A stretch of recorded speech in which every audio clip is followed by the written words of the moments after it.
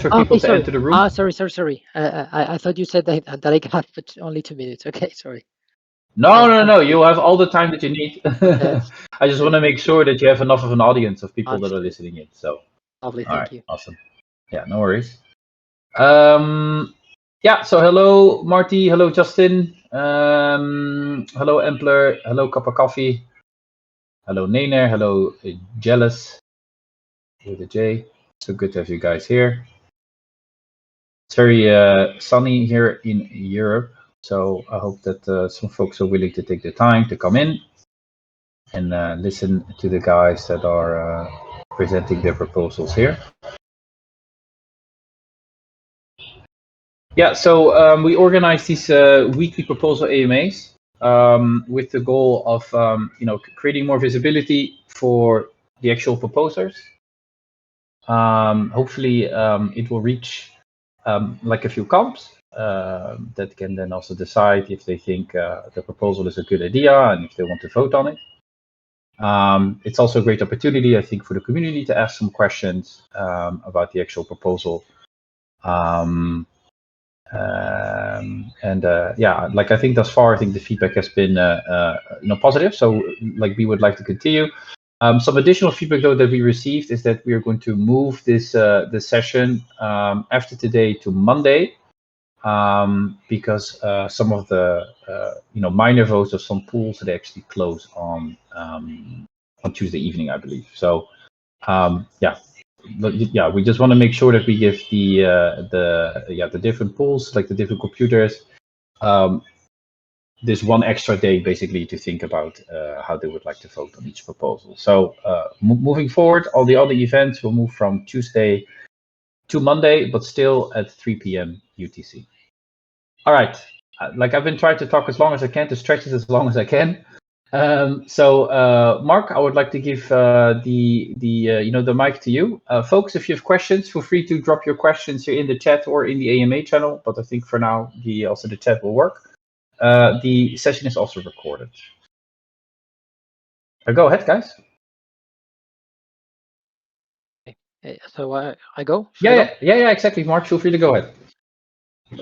As I was saying, first of all, thank you to all the community for this opportunity to present a proposal that I believe that aligns deeply with the values of the community, which I guess are privacy or freedom and the financial sovereignty, that the crypto world gives us.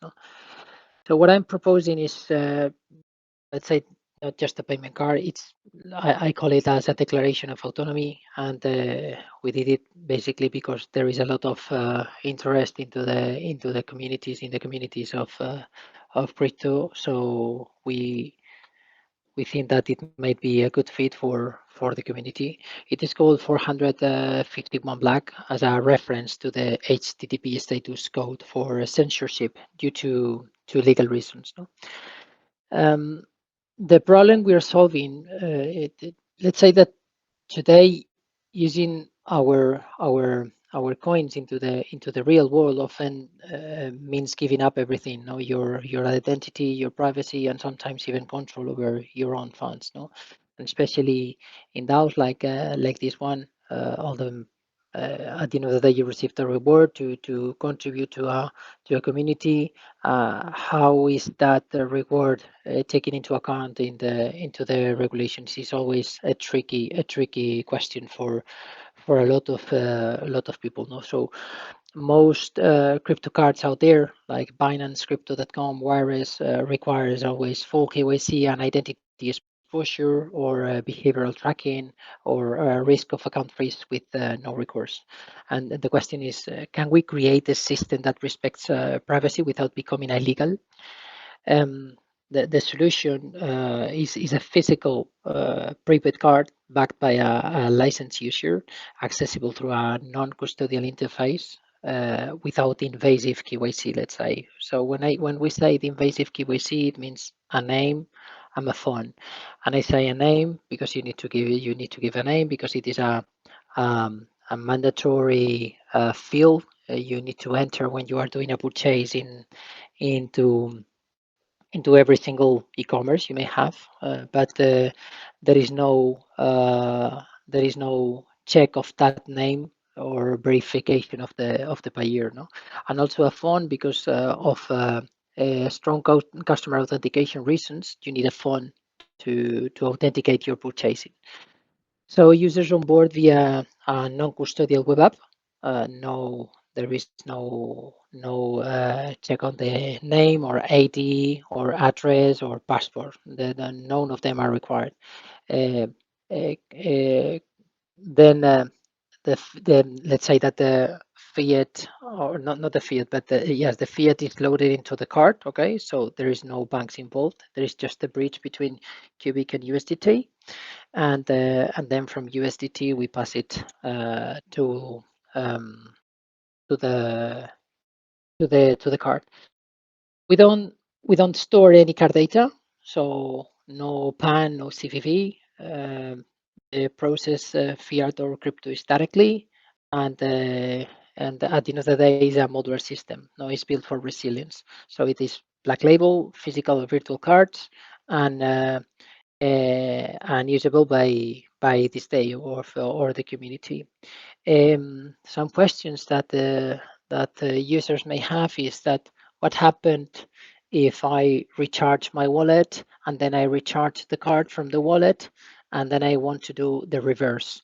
We have prepared a system in which from the card to the wallet you can recharge it, okay, without charging any additional fee. So imagine you recharge your card with 100 USDT, passing into dollars is $100, and you want to have back those dollars into your wallet to have the let's say to be uh, more sure that the money is in an environment you control 100% because it's a self-custodial wallet. So you can do it on the back. What is provided is basically like a POS. So it is treated as if you are doing a purchase. So if you want to have back your money in your wallet, it is like you are doing a purchase from your card to your wallet, basically. About some things that I have seen during these days about PCI and so on. We designed for those who don't know the PCI. Uh, uh, PCI is the payment card industry regulation. Is the main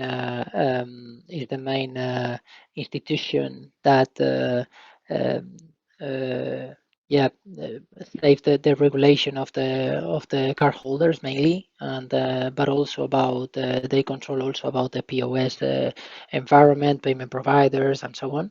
So what we have done is we designed every component to stay compliant while minimizing exposure to the regulatory burden. No, so in this case there is no PAN or CVV is stored or processed by our system. The issue is fully PCI DSS level 1 compliant. Uh, our web app operates outside of PCI scope, so there is no scope to do it because for those who don't know as well, PCI always minimize a lot the requirements when you don't store the data, when you don't store the data of the cards. And we basically what we are is that we are the front end, not the bank, not the processor. We what we offer is autonomy legally and technically. And this isn't for whales only, no, it's for creators, for builders, for migrants, for developers, anyone who needs financial privacy. uh, Virtual card for freelancers or physical cards for people excluded by traditional banks or not bank not bankings, or this day, like this one, no. 451 is usable and it is not theoretical. um, this card may not change the world, but it gives you a way to use your money, your way. So there is no forced ID scans, no intrusive surveillance, no dependency on centralized banks. Basically, what we think is this is sovereignty, in your pocket. So this is more or less the proposal. The rest of the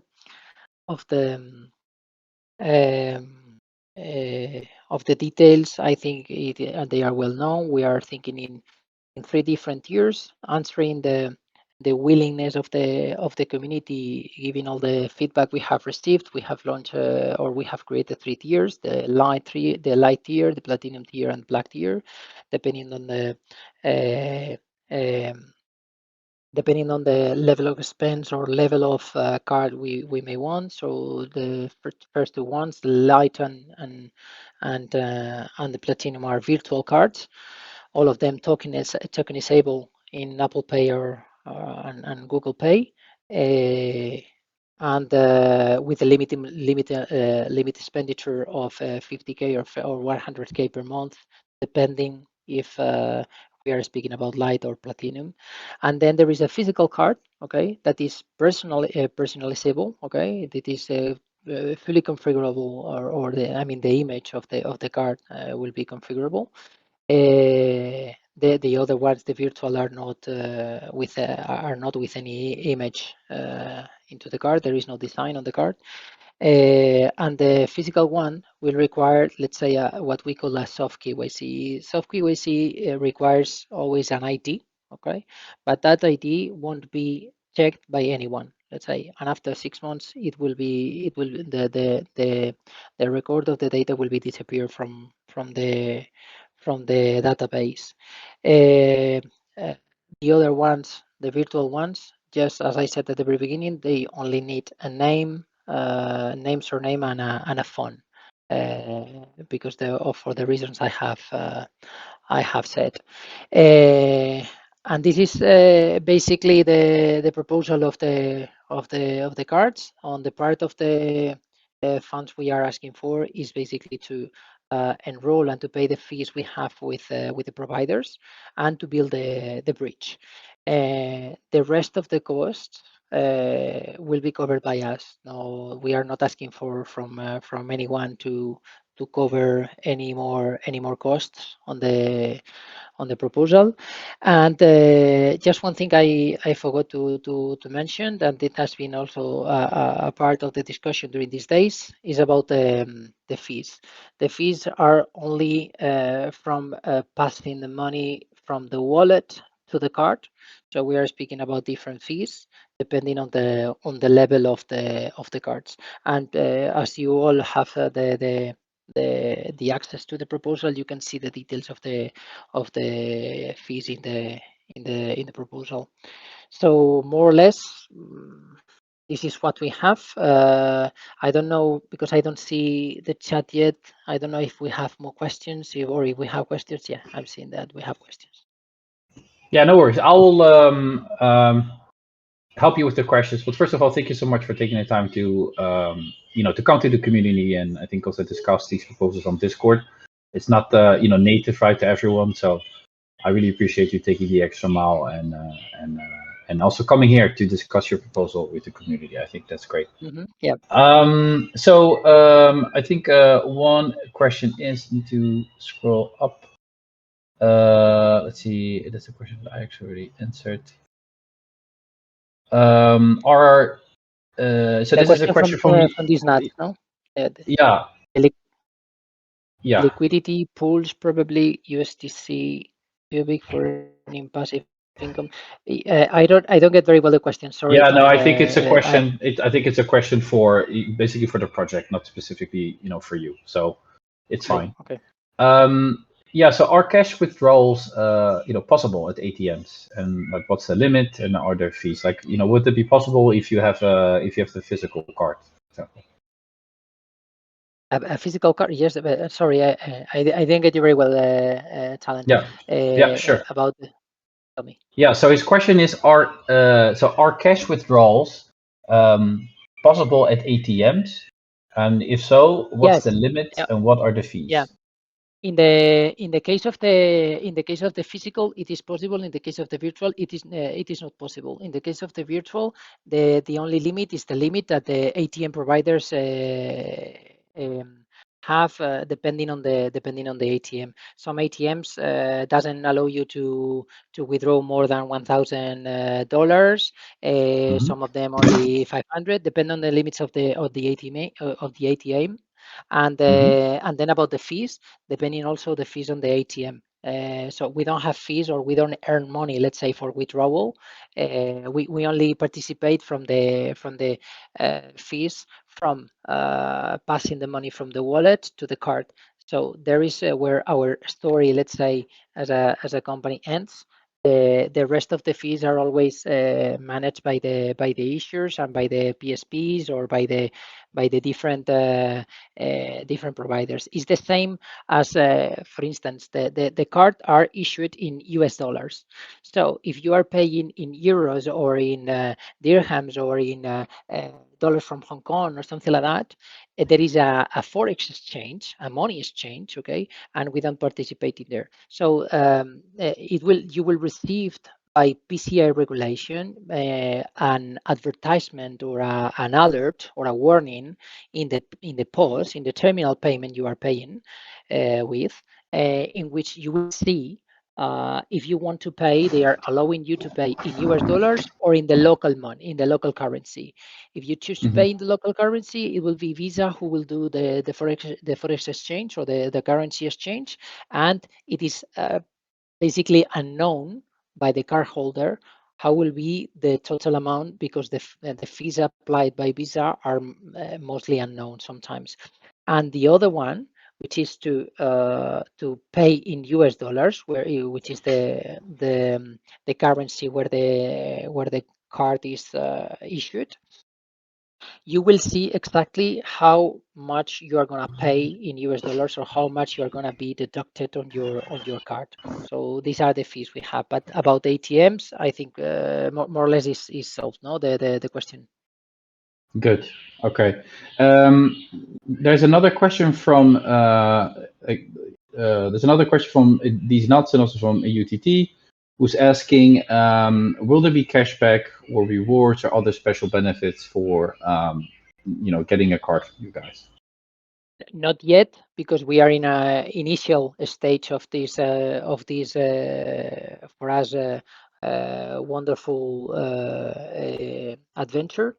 But we may work on that for sure, and it will be always limited. As you may know, we are speaking about non-KYC. So when there is non-KYC, the quantity or the amount of partnerships you may reach are always very limited. But this is our goal. Let's say we would like to have this kind of cashbacks or rewards, or let's say 451 points, no, that can be exchangeable by, I don't know, mileage with the airlines, or these kind of things. But not yet. We are not yet. We are in an initial stage of our adventure. Yeah. Okay. All right. There's another question from Retro Drive, who's asking, how reliable is the whole system, and also what bank is basically helping you issue the card? We cannot say who are our providers, because basically we need to protect our business, and we don't want anyone to jump over our business. So our provider, we can tell you that is from Hong Kong, okay, but this is the maximum we can tell you about. We cannot tell the name, and obviously I know also the concerns about okay, if you don't say the name, how we can rely on you, and it is a normal question. But obviously in this kind of business, we need to protect ourselves, okay, and we would like to be, let's say, as transparent as we can, but respecting always that we have created something that may work, okay, with you, and but not creating the right scenario to be jump over. Yeah, exactly. I understand. Hey, so maybe you could also explain to to the audience, perhaps, like, from maybe so maybe if, also from your experience, like, what are like the typical customers that you would have, right? That basically take those cards, and perhaps also who are the customers that don't appreciate this. Okay, what we have seen, so far, is people who basically have a lot of money or have an amount of money that are, let's say, flying under the radar, and they want to have a real usage of the money, and the majority of them, they are trying to convert it into legal, and I'm very transparent, and sorry if someone says that it is a tricky question, but I want to be very, very, very transparent with this. The majority of people who is using this kind of cards is using it in gambling, to make it legal, to then be able to send it to their bank accounts or legal bank accounts or traditional bank accounts. And but also there are a lot of people that is using for current spends like groceries, airlines, travels, and so on. And as far as I know, I only have seen one real non-KYC program, and I have tested that program, and the program I have tested by myself, and it is working. And we are doing basically the same. So we are competition of the program we have seen, and we have tested in so many cases. We have made an expenditure of 15K at once. We have used it in different airlines. We have used it in hospitality. We have used it in gambling. We have used it in traditional and physical payment terminals. And in all the situations, the payment work smoothly and without any problem. So this is more or less the usage the uses we have seen. Yeah.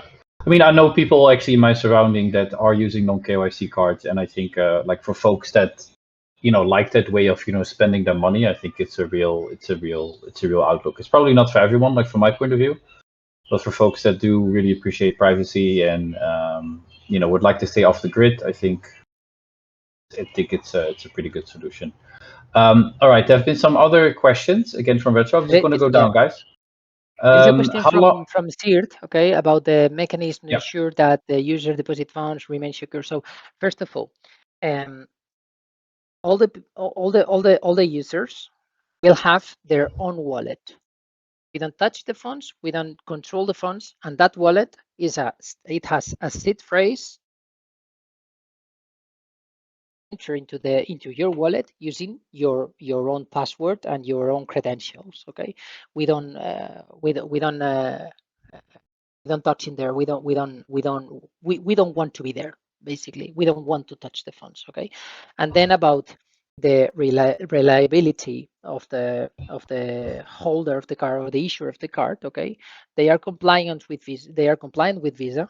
And they need to be compliant with Visa. If you're compliant with Visa, you need to be, let's say, secure enough. If you're not secure enough, you cannot be compliant with Visa. Obviously, there is capital requisitions that they have, but we don't have that capital requisitions because we are not the user, nor the holding funds or something like that. So at the end of the day, what we rely on this issue is that they are compliant with Visa, and in that case, for us, is enough to say that they are secure enough for the funds. And the second question about the wallets, as it is a self-custodial wallet, we don't control it, and we think the people is protected with this kind of configuration. Good. All right, that's answered. If ever government forces Visa to ban the card, like what solution do you have? It needs to be forced by the regulation of the government from where the issuer is. If we see it, probably we will see it with all the non-KYC cards. So it won't be a problem of us. It will be a problem of everyone who will have a non-KYC card. But if that happens, it won't happen suddenly. Okay, that is my guess. Okay, my guessing is not my established knowledge, let's say, but I guess that if that happens, we will have time enough to at least spend the money on the cards or reverse the money from the cards to the wallet. And in that case, that is true. I need to recognize it because there is no other possibility so far. We live in that non-KYC world, and it is this is the rules we are having and the situation we have. If that happens, it will be a problem of everyone, every player with non-KYC cards, not only us. Yeah, okay, I understand. But like how the process would look like, is that you expect users, to be able to to refund their funds, like basically to request their funds back, or how would that work? Sorry, I didn't get the question. Talent. Yeah, so my question is like if these crisis situations, or like however we want to call it, you do have like a mechanism in place that allows your users to Yep. withdraw their funds. Yeah, as I said, when I was explaining the proposal, we have a mechanism to do the reversal. So once the money is in the card, you can reverse the money to the wallet, okay? And the wallet is not the card; it's not controlled by any other provider. Different, I mean, there's no provider in there like a Visa, okay? So it cannot be controlled. And from your wallet, it can be sent to another wallet you have. You are more secure or more comfortable with it or something like that. But at the end of the day, if that happens, the mechanism, it's simple. What we will do is to launch an alert or a message to every cardholder, and we will say, this is happening, okay? You have up to 60 days or 30 days or whatever the period to take the money from your card to your wallet, okay? And the program will be no longer available, let's say. Yeah, all right, understood. Folks, I would like to take 2 more questions, and then I would like to end the session, at least for Mark, because he actually spoke for quite a while. It's Retro's asking the question: how do funds get spent? How do funds get spent through the card from user's wallet if the user controls their wallet? How do funds that get spent through the card? Okay, so what you do, okay, to recharge your card is you send money from from wherever you have the money, okay, to the wallet. Once it's in the wallet, okay, inside of the web app, you can choose to send it to the card or send it to another wallet. So what you do inside of the web app, I don't know if that is the question. That is how I understand it. Okay, if I'm understanding it wrong, just let me know. But what you do is to recharge or top up your card from the funds you have inside your wallet, in the web app. Okay. Okay, he's sending a thumbs up, so I think you're on Okay. Thank you. like on the same page. All right, thank you so much, guys, for joining today. Also, thank you so much, Mark. I believe that your proposal is already out. It's open for voting. We'll send a reminder actually also today to the also to the computers that there is a proposal up for voting. I will do this after this call. But I would like to thank you so much, Mark, for actually for coming online and also joining this community, explaining your proposal and answering all the questions. And I would like to also thank you. I would also like to thank everyone for attending also today's proposal session. I think it's really good that we try to support as many builders on the Qubic network as possible. And you guys have been so constructive with your questions too. So I think regardless, Mark, this is good feedback. And I wish you all the best of luck with your votes. Thank you so much. Thank you for this, and whatever will be the result of the votes. Thank you very much for giving us the space to discuss it and to at least to present the proposal. Okay. So thank you very much. Thank you so much, Mark, and also thank you so much to everyone else for joining in today. I wish you a wonderful afternoon. All right. Cheers. Bye-bye, guys.